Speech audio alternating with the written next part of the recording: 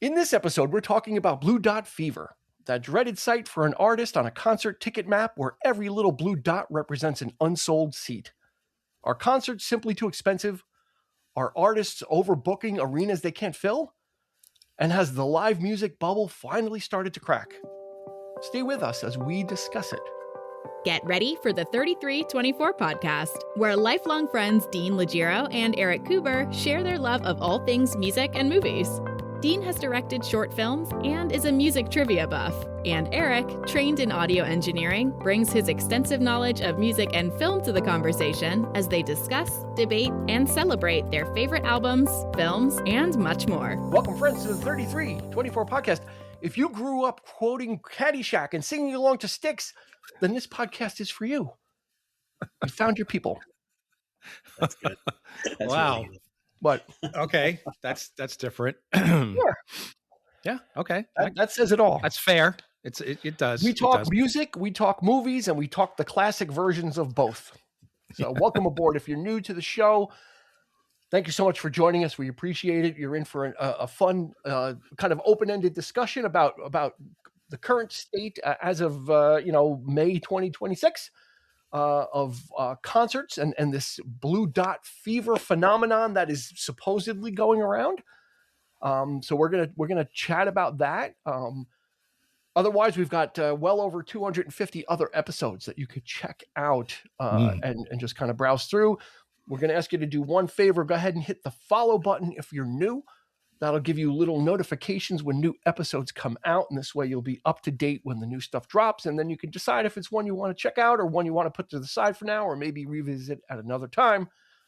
Either way, we welcome you to the 3324 family. Right, Eric? Yeah. Speaking of family. Yeah, wow. That was, and talk about the unintended segue. What a segue there. What a segue. We have the brothers Clark with us tonight to talk about this weird phenomenon that's happening. So Jonathan and Chris, welcome. Thank you. Well, appreciate it. Good to be here. Yep. Yeah, we just need. I don't know if your father is up to date on ticket pricing. Otherwise, we would have grabbed him. But he might have been quoting Woodstock era prices. You know what? It's usually if he goes to a concert, it's one of us goes, "Hey, Dad, you want to go?" And he goes, "Yeah." Yep. One of us has already done the legwork on sure. that. Yeah. As it should be. We're responsible for his blue dot on the map. There you go. That one should have been Dad. Yeah. So yeah, let's frame the conversation a little bit for people that don't know, or it's kind of a new term that's kind of coming up called Blue Dot Fever.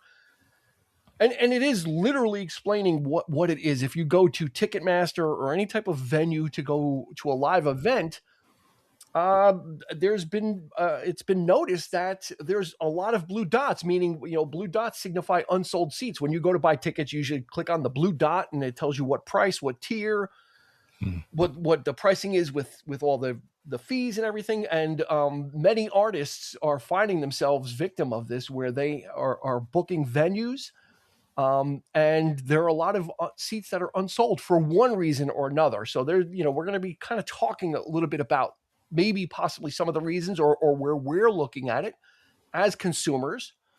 And we've got different segments of age groups here too. So we will attack it from a couple of different ways. Let's start here. Let's start with Jonathan. Yeah. Typically, how many live shows do you go to in a year? Do you go to a lot? Are you very selective? I go to a lot. I'd say I go anywhere between 15 and 20 a year. So, okay. And it ranges of size of venue, size of artist. I'm now piling in that I have a 15-year-old who's gotten into going to concerts. So now I'm purchasing tickets for artists who I normally wouldn't buy tickets for that are of the bigger nature. Yeah. But a lot of those will be the same bands. There's certain bands that I will go see. I'm into a lot of jam music. So if a band is playing near me within 100 miles, I'm probably going to go see them. So that's exposed me to different venues. So I mean, it does run the gamut for me in terms of going to concerts. And I was interested when you mentioned this because I've seen different things popping up that have made ticket buying a whole new world, and you almost need a crash course on how to do it to be successful now. Yeah, there's a couple of different factors that I've noticed are added in, which again, and you make a really good point. Some people are just casual ticket buyers. They just go, they want to get tickets for something and they go. Chris, how about you? It sounds like Jonathan is probably on the extreme end of the pendulum. Yeah, I mean, I would say I definitely don't go anywhere near as much as Jonathan. I would say if I probably range more in like the 5 to 10 shows a year. Okay. I'm a little bit more selective. But yeah, I mean, and again, it does kind of range. I tend to stick to like the smaller size venues or the smaller size bands. I go to a lot of tribute bands, or I'll go to, it's not anything where I'm going to like these really huge artists quite as much. And one of the things that gives me pause and going to see some of the bigger artists I'd like to see very often is the price tag. Like having to justify a $200 concert ticket to my wife is sometimes a little bit of a challenge, which I'm sure most of us can relate if we're in a family with a budget in a household and those kinds of things. Now, I want you to do me a favor, put a pin in the tribute band statement, because that's going to come back. I think that's an important part of the conversation. Eric, where do you? I fall into like maybe 3 on a good year, depending on ticket cost is less of a factor for me because I don't go to a lot of shows. So it's more who is it? But so where do you land on that? To be honest, I don't. It's been a while. I'm probably in the 0 range. I'm lucky to see maybe one show, if that. Sure. But yeah, so I don't actively. I'm not actively seeking out shows as much. For me, it's. I guess it's just it's not as important to me. I guess those days are kind of behind me. But if there's somebody, something comes around and that I think is a good act, especially newer artists that I'm kind of getting into, I'd like to check them out at least once. But I mean, I'm not as fanatic about it as I used to be in my youth. We have to go see that. Whatever. But since you go to the fewest outside of me, is price less of a concern then, because you're not planning on going to 15 concerts. So if you're going to one and it might be something really big, are you okay with that? Not really. No, because I mean, like I said, I mean, it depends. I mean, if it's an artist that it depends on the artist. Perhaps if it's somebody I haven't seen, maybe, but there are a few artists within the last few years that I've been wanting to see, and I just couldn't justify spending that kind of money. $200-300 is just too much for me, for my budget, unfortunately. Yeah. So I mean, even just the one show, the one big show, I'm kind of, on the fence about. So, but. Yeah. And I think the economy has something to do with that also. I mean, whatever the economic times are, that kind of has an effect on things as well. Yeah. If recreational money isn't as easily able to come by, you're going to be picking and choosing, and right. Let me start the conversation off on this, because this is really I'll tell you what band really got me thinking about this, and it's Rush. When Rush announced they're reforming and they're going to come around and they're going to play only a certain amount of dates. They were going to play like 10 dates initially or something like that. It was very few. So in my mind, I'm like, that's a Grail band. I never got to see them. I was never into them enough that I felt like I missed out on them. But it's like, oh, they're coming around and have the opportunity. I should probably take it, And then I saw the ticket prices, which were out of control. And right now, I think Rush tickets are even for the nosebleeds at like, Madison Square Garden, they're like $840. So I'm doing real-time research as we go on here.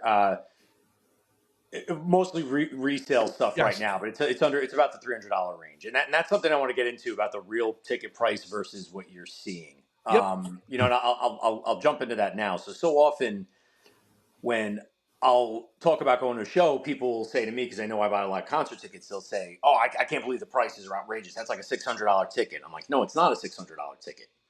Just because it says it's a $600 ticket doesn't mean that's what it is. There's the standard ticket price, and then there's the dynamic prices that happen when you go to buy it. But if the demand is high at the very beginning, those dynamic prices stay there. There's been shows where I've looked to buy tickets for, and the day of, it's all these seats in certain sections are all the premium or whatever Ticketmaster or AXS want to bill it as. And then I've gone back like weeks later and see in that section those prices have been cut in half and are listed as standard. So it's very much that flexing of it. So a lot of the resale is based on that market. The resales are either coming from Ticketmaster or are coming from a ticket buyer. Like if I were to buy tickets to Rush and I'm like, well, I can't go, I'll put them up on what I think I can get them for. Mm-hmm. Yeah. And then you see it depends if you're going on the secondary market like StubHub or SeatGeek or Vivid or TickPick. You're seeing all these different things. And I find it interesting. Sometimes you'll see seats on Vivid, say, and you'll buy them on Vivid. The very same seats will be on SeatGeek and they'll disappear. So it's very much a business within a business. But were they ever going to be that standard price? That's the question. And especially with a band like Rush, to get back to the original thing about what you're saying, for this is a Tuesday night. Section 211, row 22 is nearing $300. Was it ever on sale for less than that? Even though that's not the standard ticket price of when they issue the tickets. Mm-hmm. Well, it's hard to say though, because some of these, I mean, I went on the day of when tickets were on, I waited in the queue, and the queue was like thousands of people. And the tickets were over 300 then for nosebleeds, and I'm like, yeah, I'm just not doing it. Chris, jump in. What do you have? No, I was gonna say. So I almost wondering, just based on what Jonathan's saying, we're talking about blue dot fever, meaning that people aren't buying concert tickets as much. So that whole model that Jonathan just describes, are these artists screwing themselves by doing that, or is the industry screwing itself with this dynamic pricing? That people who aren't as well versed in people who just want to like go relive the Signals tour from '82, like, and they go on and they see I think my Uncle City saw like $3,000 or $4,000 for the floor, and they're like, F it, and I don't want to do it. Like, you're losing that casual fan. Is that real? I mean, that's got to be a contributing factor to why tickets aren't going as fast as they once did, because you have the people who wait to the end, and then the other people who say, screw it, I'm not going to spend that much money, because they don't know the ins and outs the way an experienced concert ticket buyer like my brother would be able to do. You know what I mean? Yeah, there's a couple of parts to that, because Ticketmaster now allows quote unquote verified resellers, right, to sell tickets. So you'll go to Ticketmaster and you'll see blue dots, but then you'll see like red, like orange dots or something else. And those tickets are going to be whatever that quote unquote reseller decides to sell it as. But to a casual person, you're going to the Ticketmaster site. Right. Yeah. Right. Yeah, sure. There's no expectation you're going to be dealing with a quote unquote scalper. That's the thing. And that's what I was getting to about my point. I've had friends who don't have experience with it. And they're like, oh, my child wanted to go to this artist and I bought tickets. I couldn't believe I spent $500. And I've said to people, I'm like, why would you even do that? Did you not call me first? Because I would have verified if, like, all right, maybe that's what you have to pay, but maybe you didn't and you need to ride it. It's very much like the stock market. I mean, if there's a show I want to go to and I know that I can get a ticket on secondary, I could ride it out. I mean, there's also the possibility that you could ride it out to the last second. I mean, we did that once with Tool. Yeah, or in a more extreme case, Phish played the Sphere. You would think, and they sold out right away. People were spending thousands of dollars for tickets, hundreds of dollars. They were obstructed views, but the day of their first show, you could buy a ticket for under $30 on the secondary market. So was that someone in the scalping game, or for the resale game, went ahead and grabbed those and then tried to get rid of them and realized that they couldn't make what they did? Or was there something else at play? But that's the thing. It's like you never really know what the true venue sale can be, Yeah. Yep.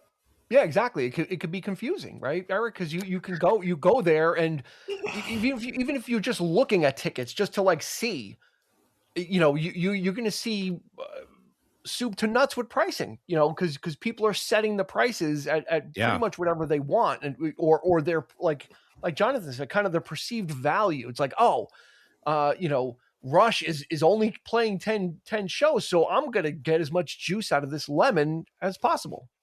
Yeah, I mean, it's an art, I guess. I mean, you have to be a really dedicated fan or concert goer to even. It's a lot of work, is what it is. For me, it's like it's just they seem to have made it so much more complicated nowadays. I'm kind of ignorant to this because I'm not an active concert goer, so it's like I had no idea that it was even this complicated at this point. So, like just getting tickets. I'm used to going to maybe one venue that I know, perhaps in DC or, a particular band. And, I usually boom.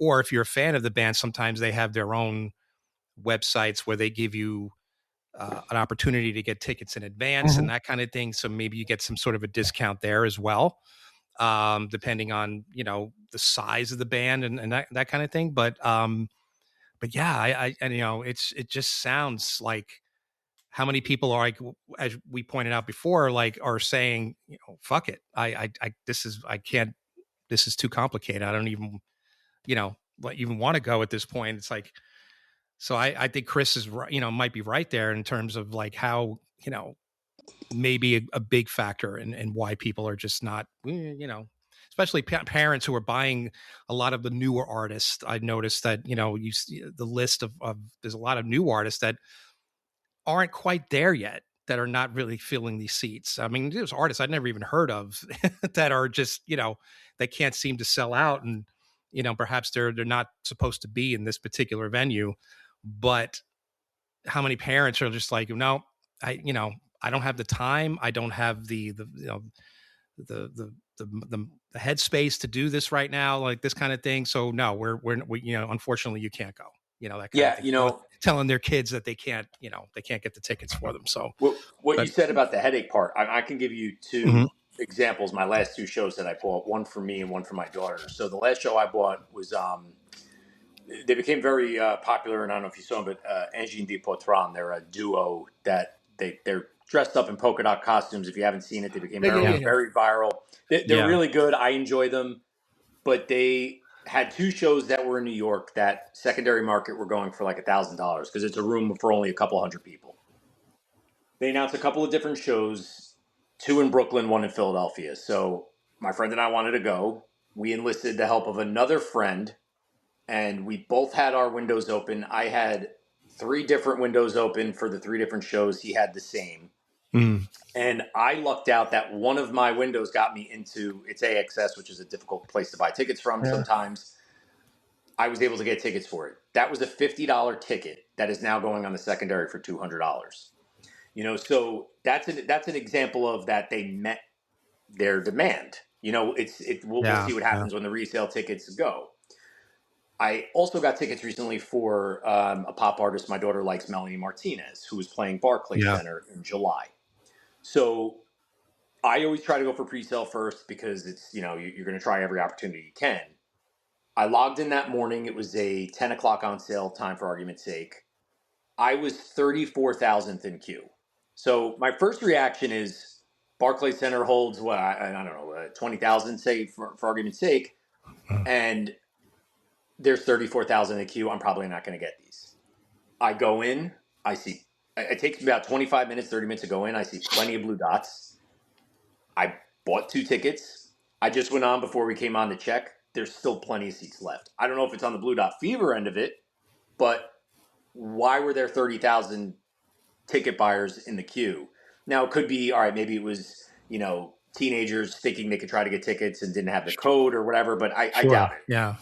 Is there that demand to see? And then they're seeing what the fluctuations are. So like that right away is, the head scratcher of what's happening at the buying end. Yeah. But to your original point, Eric, if you're a person that's very casual and you see that and you're like 30,000 in the queue, it's going to take me 45 minutes to get in here. Forget it. I'm not doing it. Right. Yeah.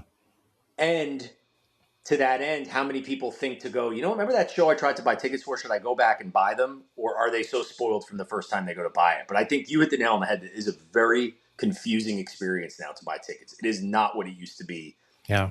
in any stretch of the imagination, even when it was online, even before the days of waiting out, in front of Tower Records or, Captain Video or any of these places. It really is. Or even on the phone. Exactly. I got my first concert tickets. Yeah. Yeah. So it's very hit or miss. And then knowing what you need to do, and then sometimes saying like, okay, and I to the point about what guides it. There are certain shows I'm going to go, but I set a cap in my head of like, if I have to buy in secondary, I will buy. This is what I will spend. Sure. But I will not do it. With secondary, there's always that fear of counterfeit tickets. It depends where you buy them. I would say that is very much, for me, in my personal experience, that is very much not a factor. Okay. Because so many guarantees come from the sites. But I do think it also depends on the artist. If it were, Harry Styles is playing those 15 shows at the Garden, or it's more than that actually, but he's playing that, his residency where he's playing however many shows. Mm-hmm. Those you might wonder because it's such a hot ticket. For the bands I'm going to see, I don't think anybody. I'm not worried about anybody. Like we were talking earlier, Lord Huron. I don't know if anybody's going to be like Amazon. Yeah, no one's counterfeiting those. Yeah, so I mean, but that's Dave Matthews Band maybe, but it also has to depend on where you're going and getting those tickets. Sure. Yeah. Good point. But I will say, I see the prices. Dave Matthews Band is the one band I've seen consecutively over the last 26 years. I just spent the most I ever spent for one ticket, and I am at if there's five, I think there's 5 tiers. So when he plays at Forest Hills of the ticket pricing, I'm at the 4th tier, and my tickets after fees were $185 each. So I mean that's a lot of money for a ticket that used to be $120, $100. I mean it's so probably a better seat at that price point. Yeah, but he's never going to have that issue because he's one of the biggest selling artists. But if you have a very aggressive, but he's also like, I'm sorry to cut you off, but he's also playing a smaller venue. Yeah, he's playing, right? and that's the thing I was saying earlier. He's playing Forest Hills, which is smaller. That's about 14 to 15,000, if I'm not mistaken. You have to check me on that, but I know it's under the Garden. Yeah. I want to kind of pull that apart. But Chris, did you had something you wanted to jump in on? No. If I did, I forgot what it was. Okay.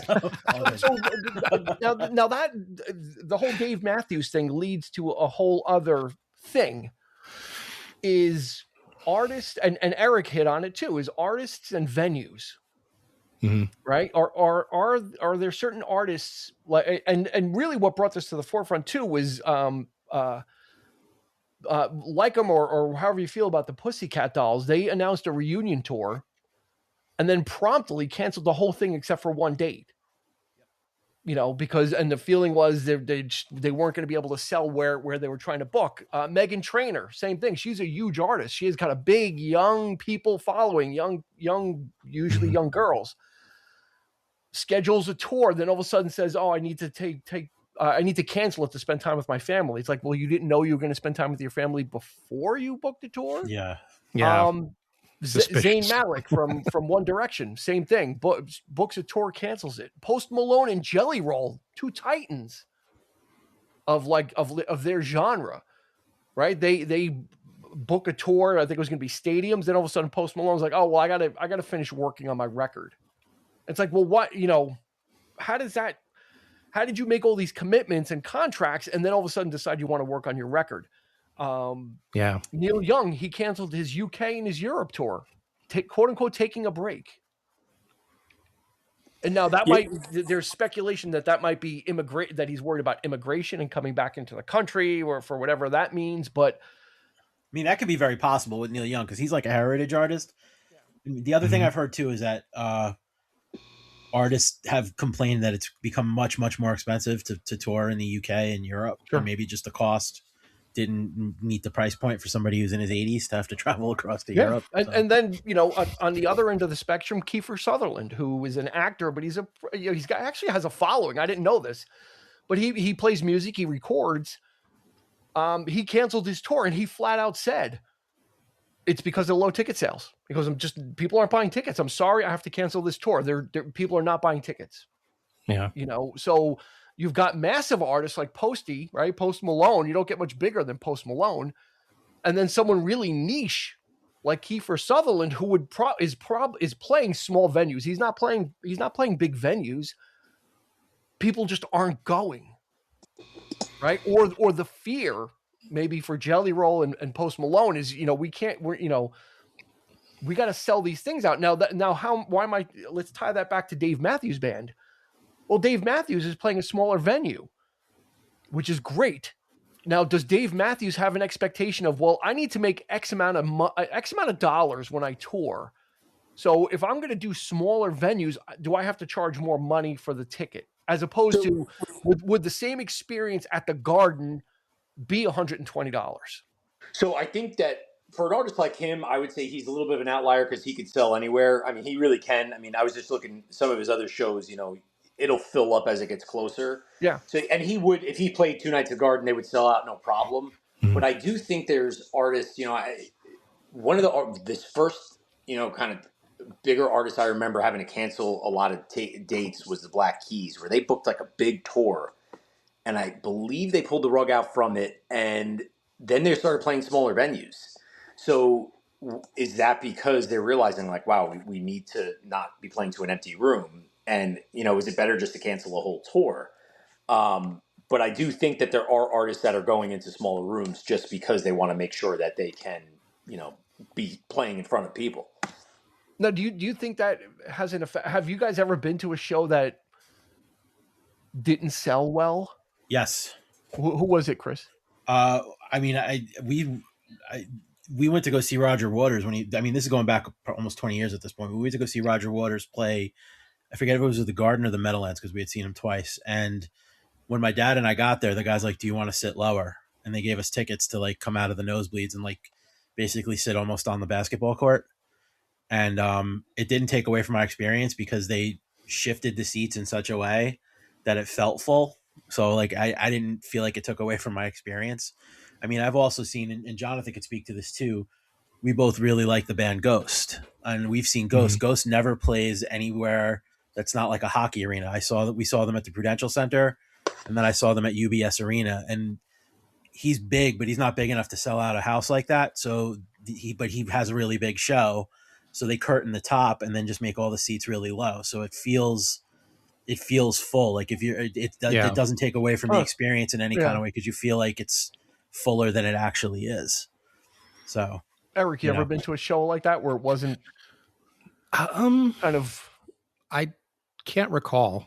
Would it bother you if you went and I went to World Huron last year and they played the Garden and it was like, oh wow, they're playing the Garden. This is the big time. Yeah, I mean, but they were big chunks of empty seats and it did affect me a little bit. I'm like, oh my God, like I felt bad for them because it's like this is your shot at the big, like playing the Garden in New York is like a big thing, right? Like you really and maybe they overshot it. Because now they're back this year and they're playing they're back to smaller venues. So, yeah, I mean, you take a shot, you live and learn, I suppose. But it's just, if it were the Garden and depending on the artist, yeah, I mean, looking around, but like Chris was saying, there have been instances where I knew, like the back. They would like section it off where there's nobody back there. Like, but they black down curtain in Tampa, so it looks full. I've seen plenty of shows with Andy Cremines. Things like there was like I think it was like a hair metal reunion tour. I think it was Dokken and Motley Crue, like and they were playing at the ice, at what was once the Ice Palace, the Lightning play. And we knew for a fact that it wasn't sold out. It was just, it just wasn't didn't have that kind of attraction. But they did section it off where, as Chris pointed out, they do make it seem like it. So they kind of push everybody forward and then you're just kind of like, but that big curtain, that black curtain, there's nobody behind there.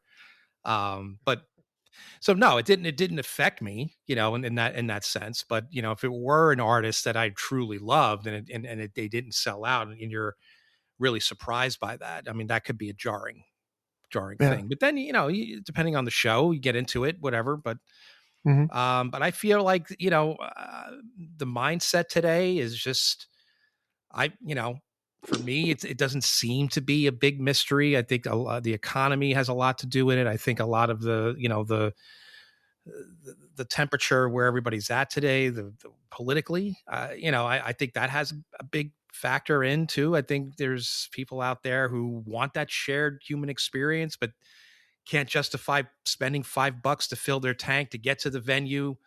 You see the show, and then it's like, oh shit, I got to wait 3 hours in traffic now, and I got to turn my car off because I can't justify keeping my car running because there's $5. You know what I mean? Like, so how does that shared human experience seem then when you're like really aggravated and just trying to get home at that point? The external factors exactly that are doing it, and, right. And before I kick it over to you, Chris, yep. Is it also some post-COVID fatigue? Because once COVID kind of cleared, everybody was going to concerts, right? We wanted that experience again. But so, was that like a wave that was going to be temporary, that everybody was kind of surfing, where everybody was kind of benefiting from, like, people just wanted to get out again, right? We could go out, we could interact, we can go see live music, and everybody was going out. And now, is it that tide is starting to recede, or could that be just a part of it? But go ahead, Chris.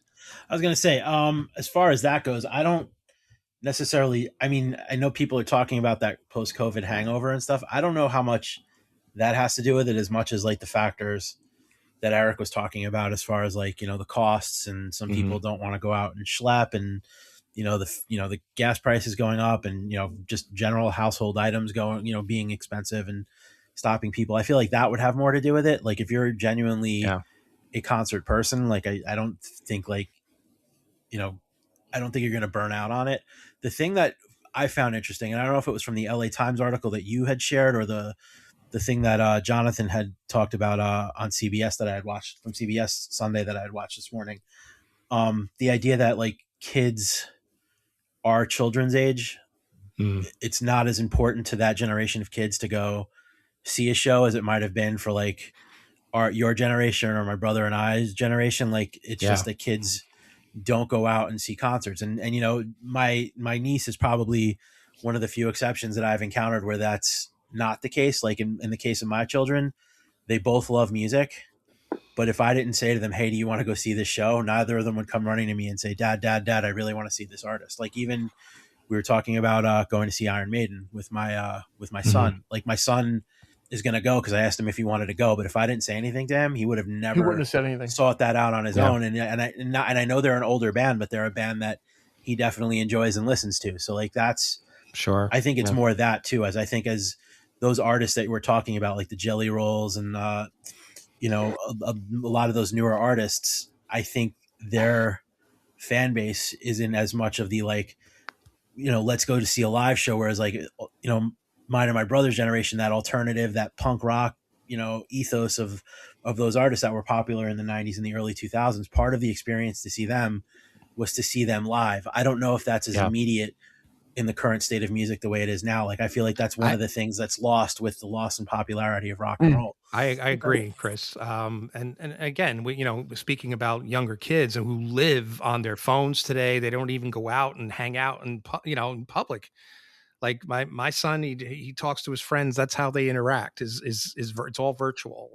But that show, it's going to get downloaded by somebody. You're going to watch it the next day on YouTube. There's that too. Yeah. You know what I mean? So it's like, there's that factor. There's too much of that happening, I think.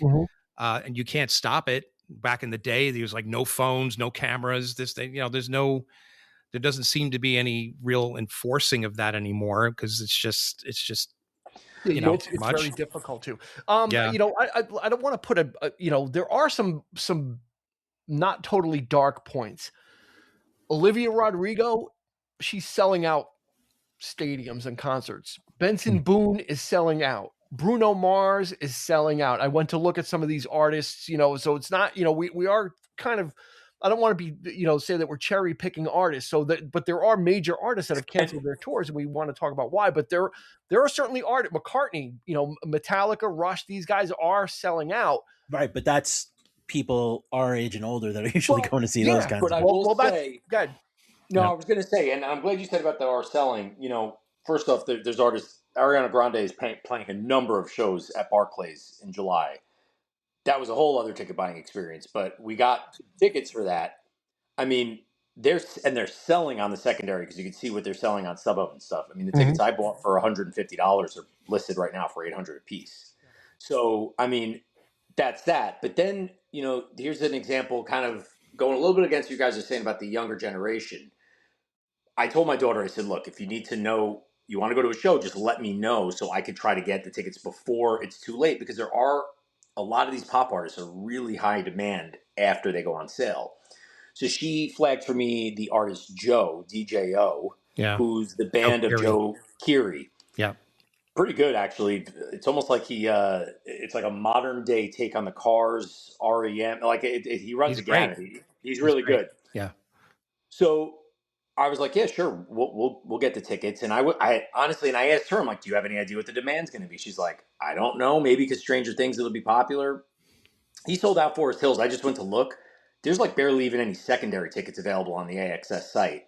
And he has the floors open, which means so he's not seating on the floor, but if a secondary ticket on the floor is $200, and that ticket was going for originally going for $100. So, I do think there are artists that, depending on how they're, they fall in people's algorithms or they have that following, that they get that demand. I wonder if there's just these certain artists that are just falling through the cracks because maybe they don't have any newer music, or maybe that they were around last year. I think there could be touring fatigue for the artist. I'm only going to use the artists you mentioned, but like, I don't know, did Post Malone tour last year? Did that play into it? Because then there's, the nostalgia factor is huge. And I know you said you're going to get to, tribute bands, but my wife she's flying to go see Hillary Duff because she was huge when she was a teenager. Yep. She's selling those out. Tickets those tickets were impossible to get. Yeah. They were so hard to get. Yeah. And to the fact where she was adding shows because her tickets were selling so much. So I do think it's really, you're right. It's definitely not all, hit or miss, because I have not run into the issue. Believe me, I wish some of the artists I followed had this problem, because I would love to just be able to log on and buy a ticket. Yeah. Mm-hmm. Yeah, well, you mentioned older artists, and I think there's maybe we can go there for a couple of minutes. Take a group like the Eagles, they're playing they have a residency at the Sphere. Okay, if you want a balcony seat, it's $710, and that's not a reseller seat. That's a Ticketmaster seat at the Sphere.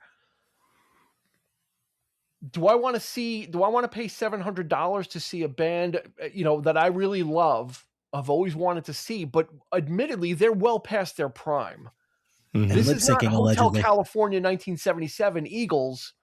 This is 2026 minus one of their, a couple of their main members, and accusations of them miming their music for certain songs. So is $710 worth that?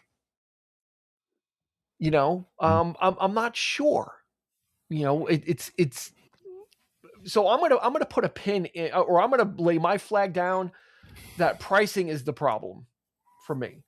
And I think it depends on the artist. I mean, I think there needs to be some regulation, though. I think for resellers, just like anything else, I think there needs to be some regulation. And I thought they had I thought there was some regulations put in that you can't sell for a certain percentage above a ticket price, but that doesn't seem to be a thing now, because it seems like the Wild West where, $2,000 for Metallica seats at Mohegan Sun in Connecticut with a verified reseller, which is insane. So yeah, if someone just casually went today and said, oh, I wonder if Metallica's available, they're going to see $2,000 for a general admission, or $1,700, whatever it is, for a floor seat, $1,724 for a floor seat at Mohegan Sun. I saw that for $90. Yeah, that's forget about that. That's beyond like Uber fan. That's somebody's rent right there. Yeah, or that's mortgage payment, or that goes beyond. That's like a vacation. That's like a vacation. Yeah, depending on where you go. Yeah. Like, so crazy. for me, I'm kind of zeroing in on the price. Now let's talk. Now there's a legacy act which I've been bringing up. I don't know if we've talked about it on the show, but I keep talking to you guys about Lou Gramm, the former lead singer of Foreigner. Much, no, what's that? His tickets can't be going for that much, are they? Well, here's the thing. Here's the other end of the spectrum. Lou Gramm is the former lead singer of Foreigner. His best days are behind him, and he's playing very small venues. He's actually playing tomorrow down the street from me. I've gotten notifications 3 different times. The lowest priced seat is $64. Okay, not terrible. When you go to the venue, he hasn't even sold out the bottom part of the orchestra. He's almost barely not even sold out the bottom part of the orchestra, which means he's like maybe 30% sold. I've gotten emails 3 different times of $25 tickets and buy one, get one free tickets for him. Meaning that he is not people are not buying those tickets, but we need to get the cheeks in the seats, as it were. Yep. Right. And I've been holding out. The concert's tomorrow. No, the concert's Thursday. Take that back. As of the recording of this, the concert's Thursday, and he's still at like 30% sold at the Palace Theater in Connecticut. So is it time for some of these legacy artists also this is his last tour supposedly, but is it time for these guys to call it a day as well? Is it overstaying to the point of like, you can't even fill a small venue, even for nostalgia's sake? For a cat like Lou Gramm, though, now that you're talking about it, isn't he going out with the like licensed Foreigner? So sometimes he does. Sometimes he plays a date or two with Foreigner, but he's also doing his own tour. Kind of. So is he like flooding? Out. So is at least in his case, is it a little bit more of just like flooding the market in some respects then?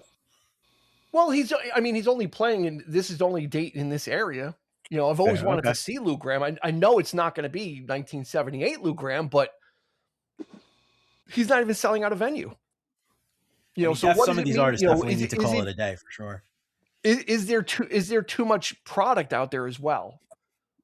Everyone's fighting for the same nickel. And that's something I was reflecting on too when thinking about this. Bands would release an album. Everything was pretty cyclical. You release an album 1.5 every 2 years. And I'm talking, early, I'm talking 70s, 80s, 90s for this. They tour the album, go back in the studio, and do it all over, rinse and repeat. Now, Chris, how long has Metallica been touring 72 seasons? 72 seasons, what, like 7 or 8 years old at this point? No, it's not that old. It was after, like 3 or 4. 4. It's like 3 or 4, yeah. Okay, so I thought it was older than that. We did an episode on it.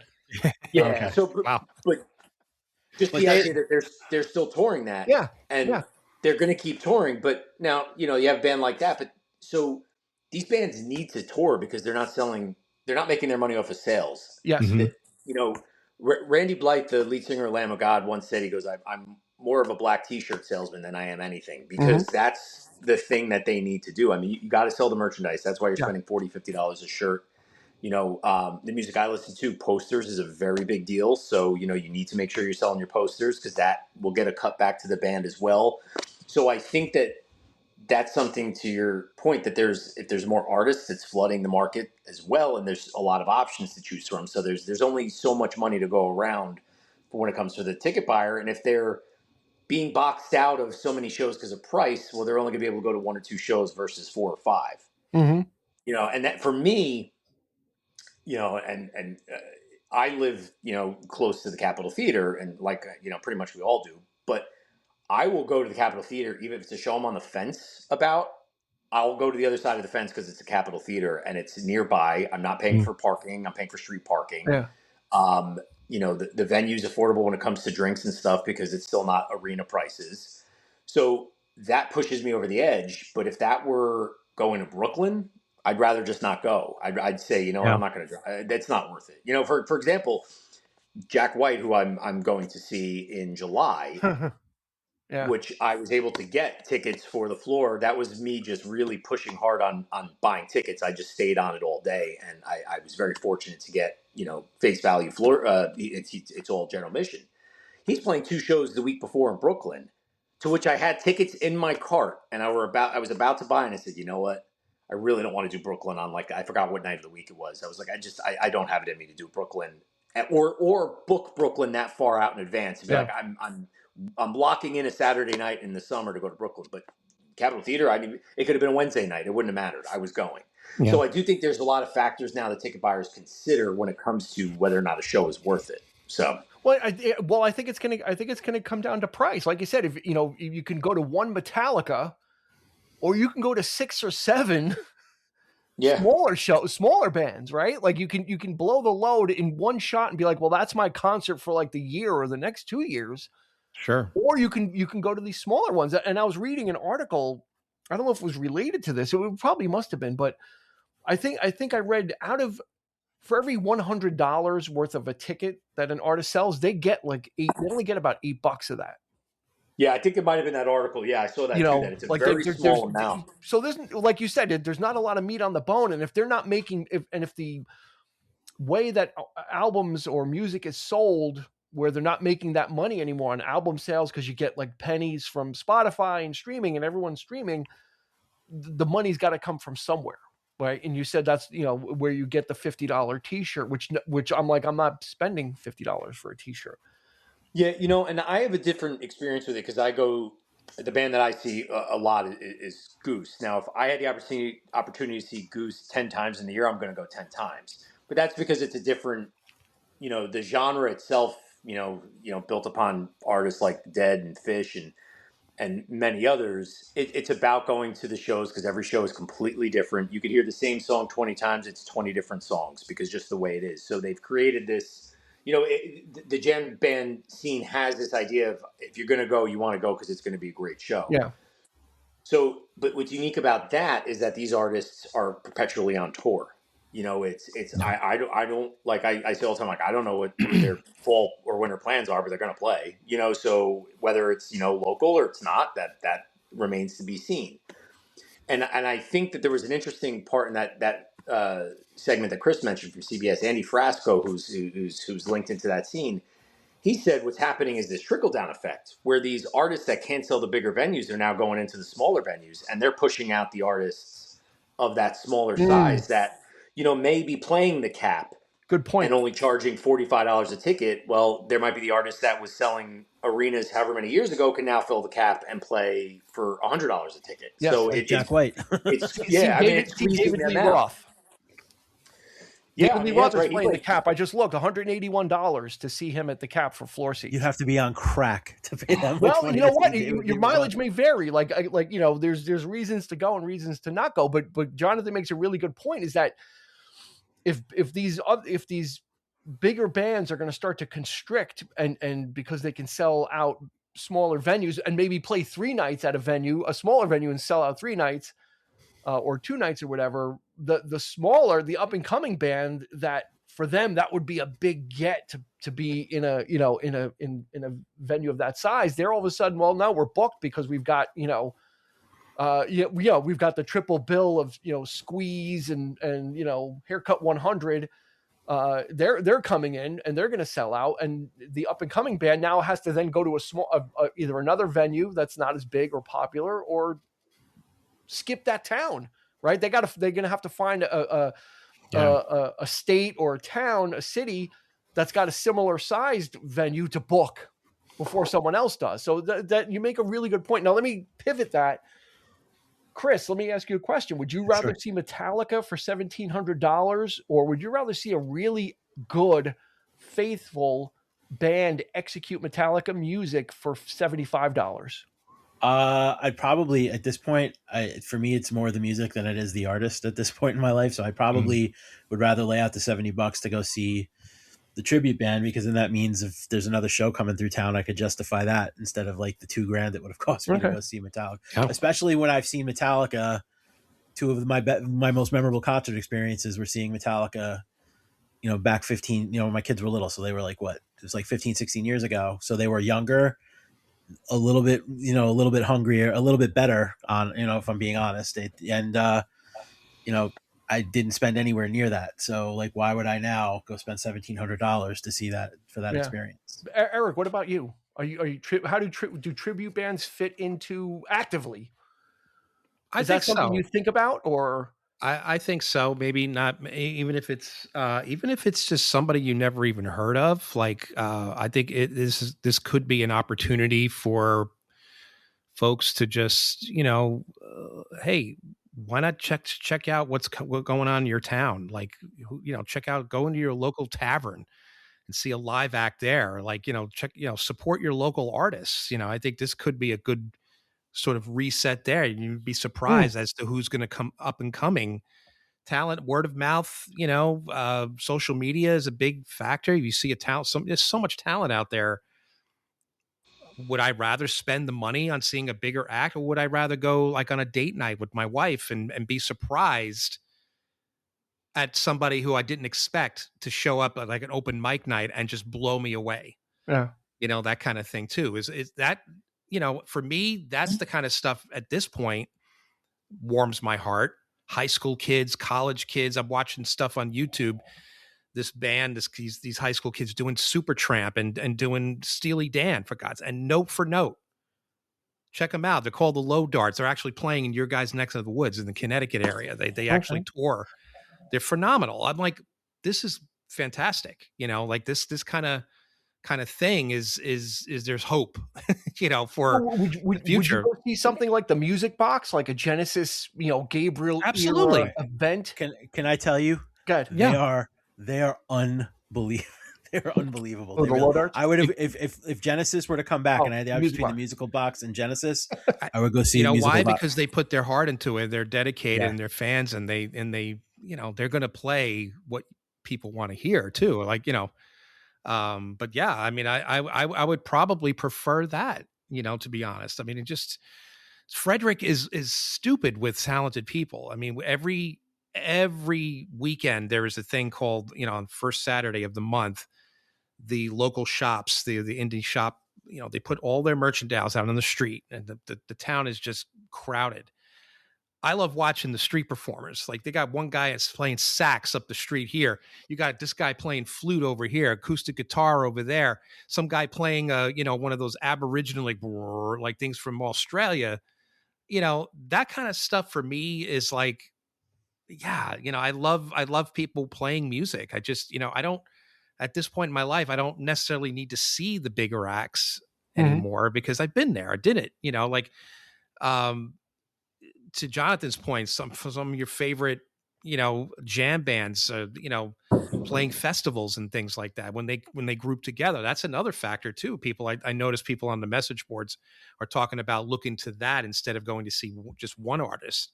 If I'm going to pay $300, $400, $500, maybe make a day of it, and I could see maybe 12 acts. Yeah, you get a full bill. You get a full bill. That might be a way to go too. But some people are flocking to that, mentality of concert going as well. I just, you want to be at this point. I just want to be not only entertained but surprised with the music. If you want to drop $1,700 on Metallica and they're still touring, the same album 3 years in, you kind of know what you're going to get. So no, there's no way I'm going to spend that kind of money, on what I know to what I'm going to expect. But, I would rather see a band that that plays a different show every night and not know what they're going to do. That's Jonathan's wheelhouse there. Absolutely. Yeah. I'm kind of in the same thing. Like I said, those kinds of bands are starting to become my go-to as well, so yeah, I mean, the big event where they're playing like, it's scripted and they're playing the same songs, the same show every single night. I think that, especially of the older artists, that could be something that I'm just not interested in anymore. Like, unfortunately, yeah, I'm going to see a younger artist with renewed energy play Supper's Ready. I would love to see that. You know what I mean? So that kind of thing. So yeah, I to answer your question, I know I'm long-winded, but yeah, I definitely would probably rather do that. But I mean, and Jonathan, you could probably speak to this too, is that a lot of even these tribute bands now, the tickets are getting a little out of control. Like I know there's a really amazing tribute band for the Grateful Dead called Joe Russo's Almost Dead. Their tickets have almost gotten to the point where it's cost prohibitive. Like it's like $150, $200 to go see a band tributing the Grateful Dead. Like even the tribute band scene. But I'll counter that with, it's a little bit of what Eric was saying and what you were saying about Music Box. A band like Joe Russo's Almost Dead, J-Rad, the level of talent in there is top notch. I mean, he's one of the greatest you get what you pay out for, there right now. But also, I feel like jam music is such an outlier because they're playing, all right, they're playing Shakedown Street, say. That Shakedown Street is going to sound nothing like it did when the Grateful Dead play it. But if you see a Metallica cover band, I mean, you only play For Whom the Bell Tolls pretty much one way. So I think it does take on a life of its own. Yeah, but I also think that it speaks to, because I remember you saying Music Box tickets weren't like, that's not like a $20 ticket, right? I think the last time I went, it was like $50 or $60 a ticket. So, I mean, so I think that it's also that there's this desire for people to want to see that music in its prime in a way. So when you find something that, even if it's a quote unquote tribute, or I think they take on their life of their own. Like I wouldn't use the term tribute anymore with a band like J-Rad. Getting to that, you were making me think about because I think that if it does it take on its life of its own. Like them, I think it's become its own thing. Like at this point, when you're playing Red Rocks, you're playing all these places now. You're a whole new thing. Yeah, you kind of transcended that because then the term tribute band is almost like a dirty word. Right? If you said to me, we're going to see a Grateful Dead tribute band, and then you said to me the ticket was $150, I'd be like, what? Like, no. Right. Fair enough. Yep. Meaning not knowing, anything about Joe Russo or his pedigree, how long he's been doing it, everything that's involved in that, right? Like there's, we're starting to see kind of levels of that as well. Like there's, if you go to Daryl's house in Pauling, New York, it's awash with every week. It's a tribute band of, everybody's got a tribute band, but like you said, like a band like Music Box and the ones that are really dedicated to an experience and like you said, like carving out a particular time that's not available anymore. If Genesis was still a touring concern, they would not be providing an experience like you'd get that. Just like the Pink Floyd band, the Brit Floyd and Us and Them, there's so many of those. They're providing a slice of time, a sliver of time that even if the band was around now would not deliver. Right. Which you're getting something different, which, it kind of transcends a tribute, because it's not like, we're doing the greatest hits. It's like, like you said, we're going to do this era of Genesis or this era. You hit it right on the head. It's a time capsule, and because the music is 40, 50 years old at this point, it becomes almost standard. Classic rock and roll is almost becoming like the old like jazz numbers of the past and blues numbers of the past, where artists are now focusing on some of these great songs that have been written. It doesn't matter anymore if the artist itself is doing it. It's just the fact that this music is still great and still alive, that people just want to play that and there's nothing wrong with that, at all. I mean, because there's just so much of that happening right now. There's so many people just, wanting to play that stuff, and rather than, compose their own stuff, which, would probably sound just like it anyway, because that's right in their wheelhouse, so. I mean, for $166, you can go see Chicago. Yeah. Which is basically a tribute band. Yeah, it is. I think James Tenkow is like, or Lee Loughlin is the only original member, and they play the trumpet and trombone.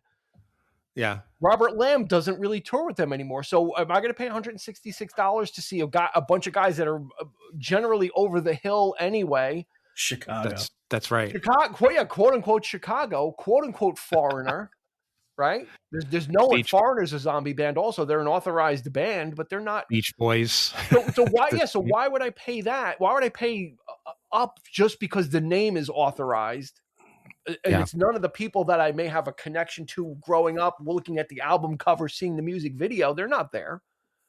So then why not go see the same thing cheaper and maybe even sounding better, perhaps, So I think what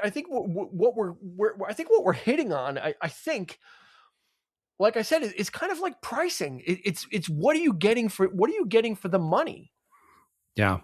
And especially where these bands, like, and Jonathan made a great point. They got to eat, they got to make a living. So I'm looking at it from their point of view, but does Metallica need to charge $1,700? That's not a resale ticket. That's a, a ticket or whoever it was. I said, at what point is too much enough? And then, I think we're also taking, I'm sure, not to pick on Metallica, but you could say the Eagles too. Do they even know what it's being charged? I think, do you hit a level where you have no idea what your booking agents are putting? They must. I think they must. I wonder that. This is something I don't know if, it's a kind of an unanswerable question. Are they aware what's being charged? I mean, Metallica did come out with a statement after the Sphere buying experience was an absolute nightmare because of it was inundated with bots. And I mean, talk about queue numbers. I think it was at 500,000 in the queue once at one point for that. The thing with Metallica is when they're playing Mohegan Sun in Connecticut, which is a very, it's a casino.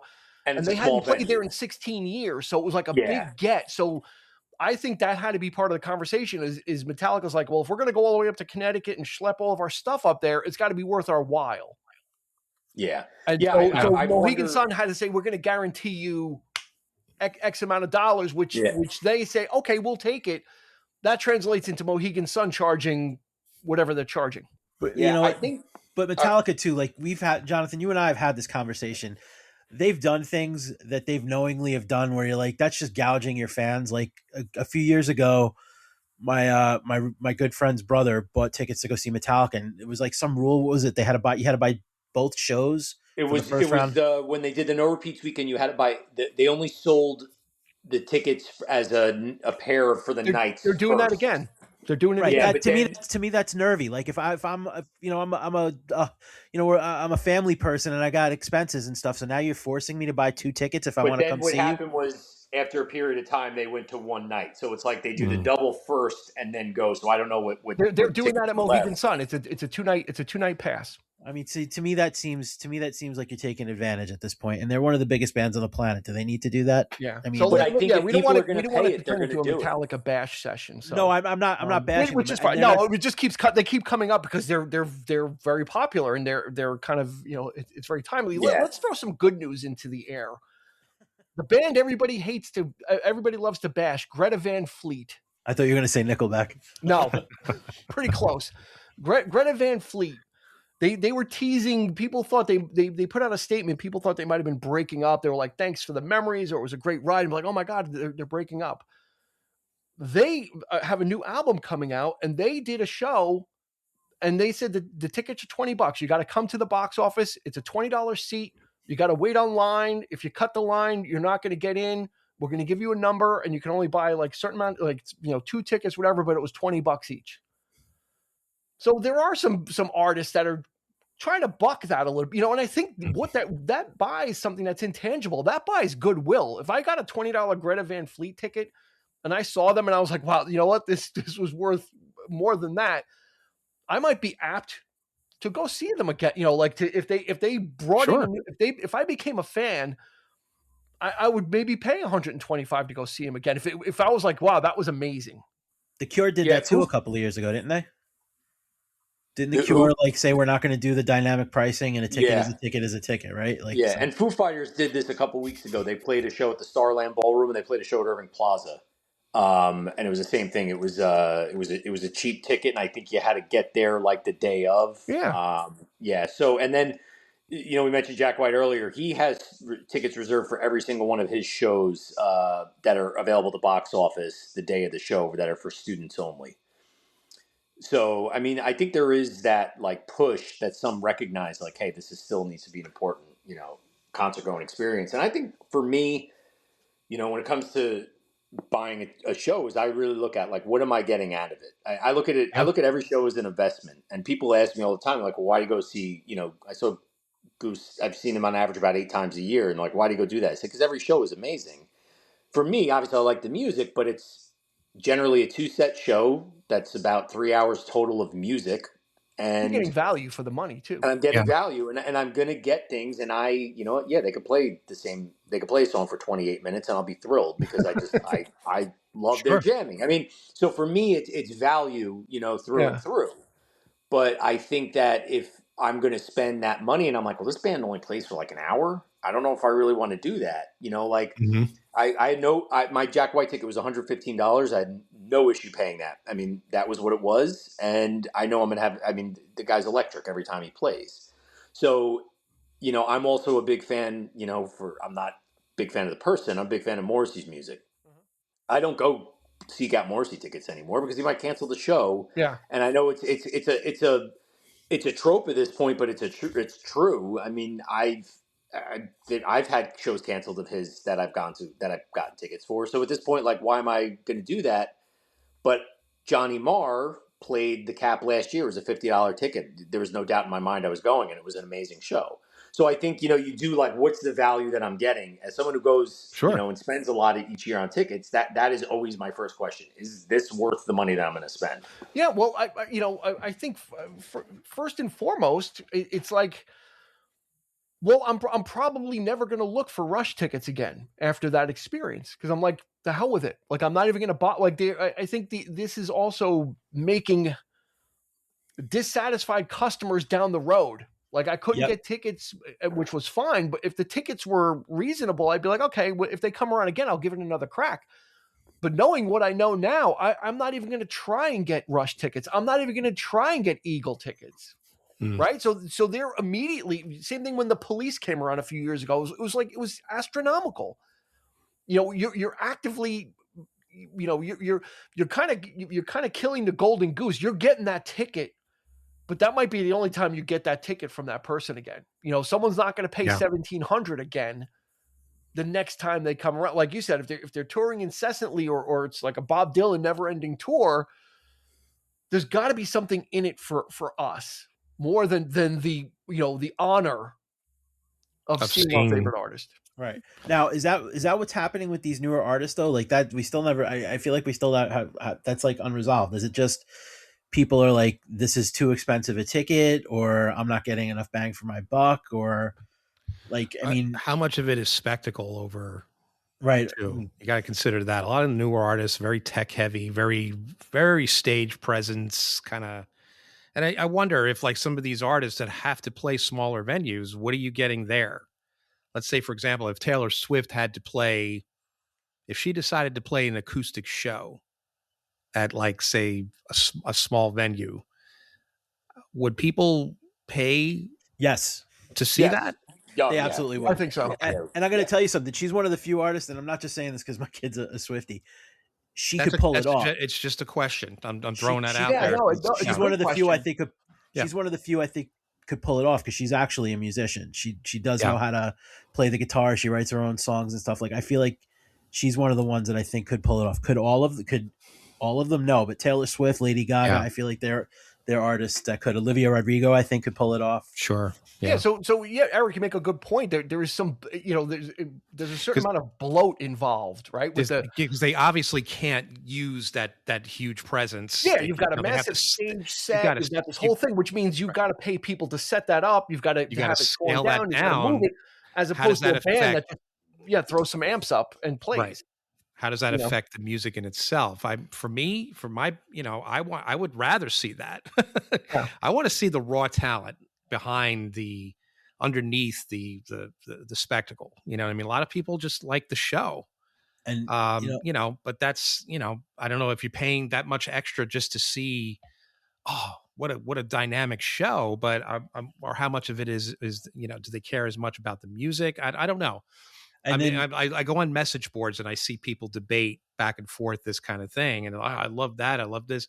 Yeah. But then people are arguing about, but that person isn't as talented as this person. And you're going to get a better show because this person knows how to, I also put think, it out there. So, And again, I think I've said this earlier, is that I also think the live experience isn't a thing. Like, when we were all younger, it was like, you got to go see this guy live, man. What he does live when they crank up the amps to 11 and, you know, kick out the jams and like, you know, that raw, visceral, like catharsis that is a live show. I don't know if that's there's as much invested in that with people younger than myself. And those are the days where we were willing to eat ramen for a week. If you were living on your own, right? Yeah. Just to pay, if you had to pay, let's say at back then, maybe $50, $80 a ticket. And that was expensive then. But you were willing to sacrifice, you know, but today many people are like, oh, I can't even buy a gallon of milk without, you know, I can't justify spending that kind of money just to see, you know, an artist perform. You know, and that's another good point, Chris, is the type of music that's being made today. Does that translate well into seeing it live, you know, meaning more popular music today, you know, because a lot of it is just kind of built, right? Mm-hmm. It's kind of a little more artificial. It's not something like Aerosmith, right? Right. So does that, you know, am I going to go to a show for, you know, One Direction and hear a lot of backing tracks, you know, of music and loops and stuff? And you know what, you know, how does that translate into a show versus seeing U2 or seeing, you know, Paul McCartney or seeing, you know, any other kind of band like that? Is the new music just, it doesn't need to be seen live?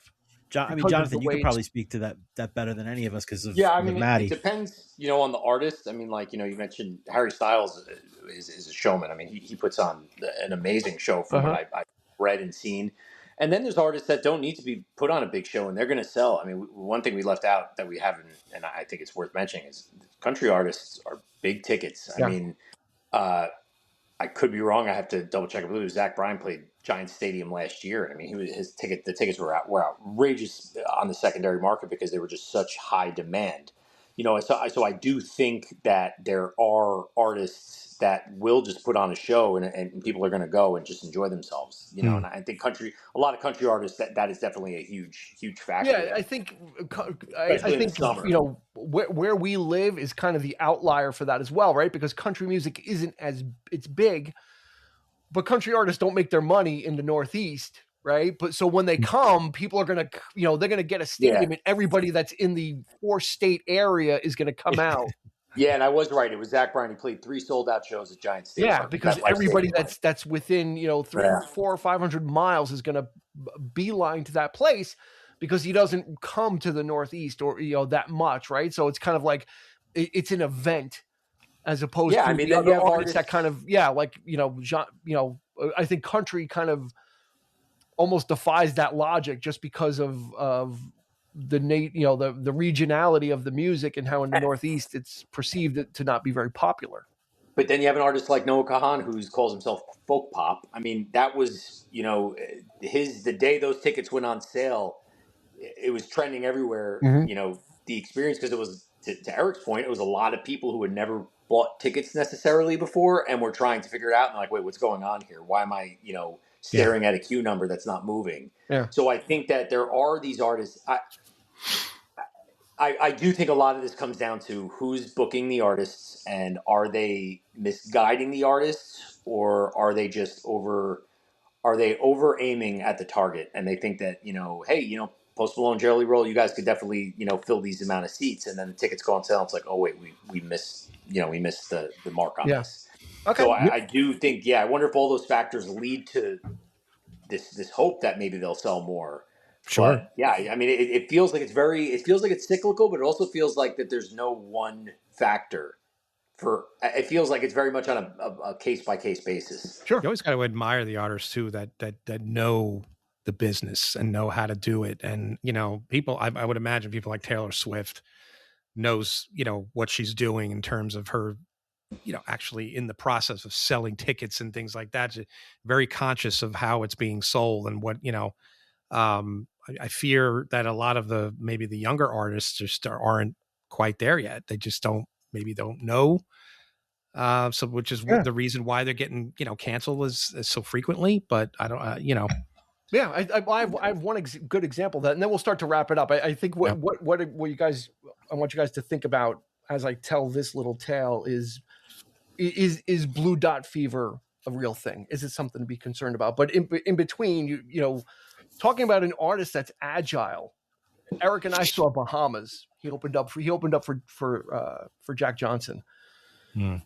He is the kind of artist that if he's able to take the temperature, he books usually smaller venues, but he will go out on a tour and then he will make an announcement of saying, I'm leaving the band behind. It's just going to be me and my guitar. I'm just coming out. I want to get out, but you know, if the, you know, the conditions aren't right to bring a whole band, it's just going to be me. And that's that one time. And the time I saw him is that's what he did. He did not bring his band with him. He's just like, I'm going to tour. I'm going to bring my guitar. I can get to more places because it's easier, because it's just me and I can just go around and I can play. You know, so I think there's something to, you know, and for some art, obviously for big artists, you can't do that. It's too much of a machine. Mm-hmm. But I think there's something in there that artists need to be agile. And I think they need to be able to look at that. And maybe there's contracts. Maybe you're locked into stuff and you can't do it. But then maybe things need to change then, you know, that being said. So let's wrap this up. We'll go around. We'll start with Chris. You know, is blue dot fever real? Is it fake? Is it something to be concerned about? I think it's real. I think Jonathan summed it up the best. Is I don't think it's necessarily the death knell for every artist in the market. I think it's happening because I think it's happening for various factors depending on the artist. And I definitely think it's the artist and their booking agents may be misjudging the market, but I don't think it's anything to be worried about if it's an artist that I definitely don't think it's anything to be worried about for every artist in the industry. I just think it's an issue of like you said, case to case. And I think it's just not having the right people making the right decisions. Okay. Jonathan?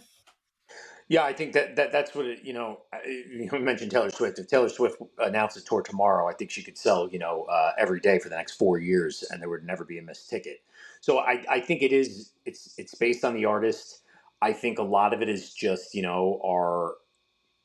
it overestimating, social media numbers saying, hey, this artist has a huge following. They must be able to sell out, this many arenas.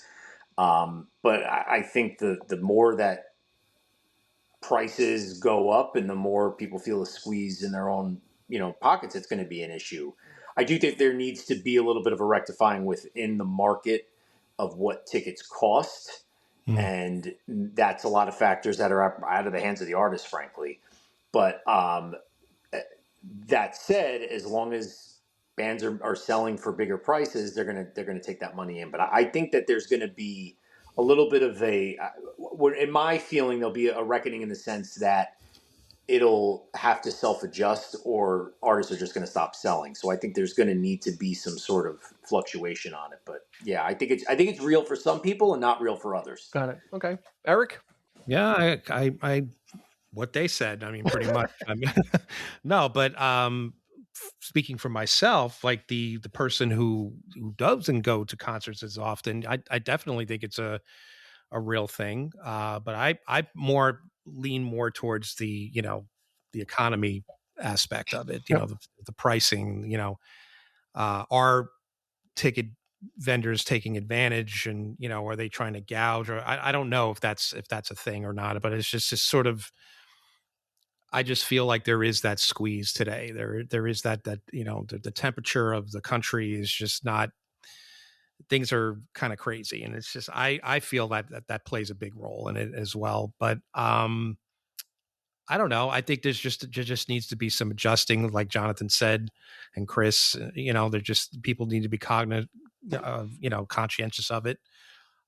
People need to, they want to go to concerts. They're going to, maybe they need to look smaller. Maybe they just need to, like I said before, just sort of what's going on in your hometown.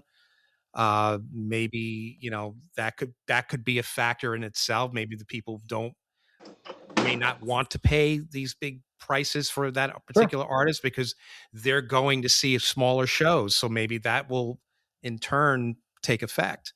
who knows? Yeah. I don't know. But, no, I agree. I think, I fall in between the two extremes. I'm willing to pay for a show that I really want to see, because it's an experience, but I'm not willing to have my pocket emptied. Right. So I think there's got to be, for me, it's the pricing. For me, it's the pricing that's prohibitive. There's not really anything else. I'll drive if I really want to see somebody that I haven't seen. I'll drive. I'll do it. Because I want to do it. But when you go online and like I said, you go to Ticketmaster and you see verified resale, and it's like 3 times the price, I'm turned off by Ticketmaster for allowing that because they're kind of complicit in it. Right. And it's also giving them kind of a bad look because people think, well, that's Ticketmaster. They don't necessarily look at verified resale or what that means. They're just looking at a dot. It's a different colored dot, but they're looking at a dot and they're seeing that it's $800. So yeah, I think I kind of agree with everybody that there needs to be some type of recalibration. Yeah. And I don't know if it's going to happen naturally, but I don't think so, because I think artists are going to try and get what they can get. If you've got the opportunity to play the Madison Square Garden, you'd be a fool not to take it. But would you rather sell half the place at $500 or fill it up for $250 a ticket? Right? Like, you kind of have to look at, would you rather play to a full Madison Square Garden for a little bit less money, or half and not come back again? Right. Because they're like, well, you didn't really fill it, and we kind of, we had to pay you anyway or whatever. I don't know how those deals work, but so I think there's some pushing and pulling available. I think there's some pliability available in pricing and artist expectations, and in the end, we're the ones that determine it. If we decide not to go to these shows, that's right. They're either going to drop dates, which might not be a good thing either. You might not see ticket prices change. You just might see them only go to the big cities, right? So, it could come back. It could come back and bite people in certain markets that might pay. Maybe we don't pay because we're in a metropolitan area for the most part, right? Right. So we're always going to get the big names. They're always going to sail through. They're not going to not come to New York area. Wyoming? Maybe not so much, if that's not in the cards, if that's not part of the strategy, or Kentucky or wherever, there could be other people that suffer as a result of us still paying those prices. If we're still paying those in New York, they're just going to do that across the board, or we're only going to tour in those cities that we can get that money. So. Yeah. I think that's it. We would love to hear your opinion about it. So hit us up on Instagram, Facebook, YouTube. There's also a fan mail button in your podcast platform provider. You can contact us directly. We can respond directly as well. We'd love to hear any personal experiences you've had with it, or what your opinion is about this. I think it's a conversation worth having, because live music is really important. It's fun to go to, and it's a way to support your favorite artists. But if you're making it hard for me to support you, you could turn me off on you as well. You could turn me away by your greed. So it's a double-edged sword. But Christopher Clark, thank you so much. Thank you for having me, man. This is a cool conversation. Yeah, it was a great conversation. Jonathan Clark, hey, thanks for joining us as well. Thank you. Yeah, it was a lot of Jonathan, fun. it's been an education, man. You seem to know, you got the pulse on it. So, it's definitely, I pay attention to it. Some people watch the stock market. I watch the ticket market. He's got the Ticketmaster punch card. They like punch him, for every 10 he buys, he gets a free soda. I wish. Maybe next time we go to a show, we'll look you up and make sure that we're doing it right. He gets a free meet and greet with Morrissey if he's available. There you go. I don't know if you want to be there. I get a meet and greet as well. I don't know if I want. All right, that's going to do it for this episode. New episodes come out weekly. If you made it this far and you haven't hit the follow button, go ahead and just hit that follow button. This way you'll get a gentle notification when new episodes come out. For Chris, for Jonathan, for Eric, this has been Dean, and we will catch you on the flip side. You've been listening to the 3324 podcast with Dean Legiro and Eric Kuber. You can find us on your favorite podcast provider, so please like, subscribe, and rate to become a part of the 3324 family. Your feedback is important, so make sure to follow us on Instagram and Facebook at 3324podcast and on Twitter at 3324p to join the conversation.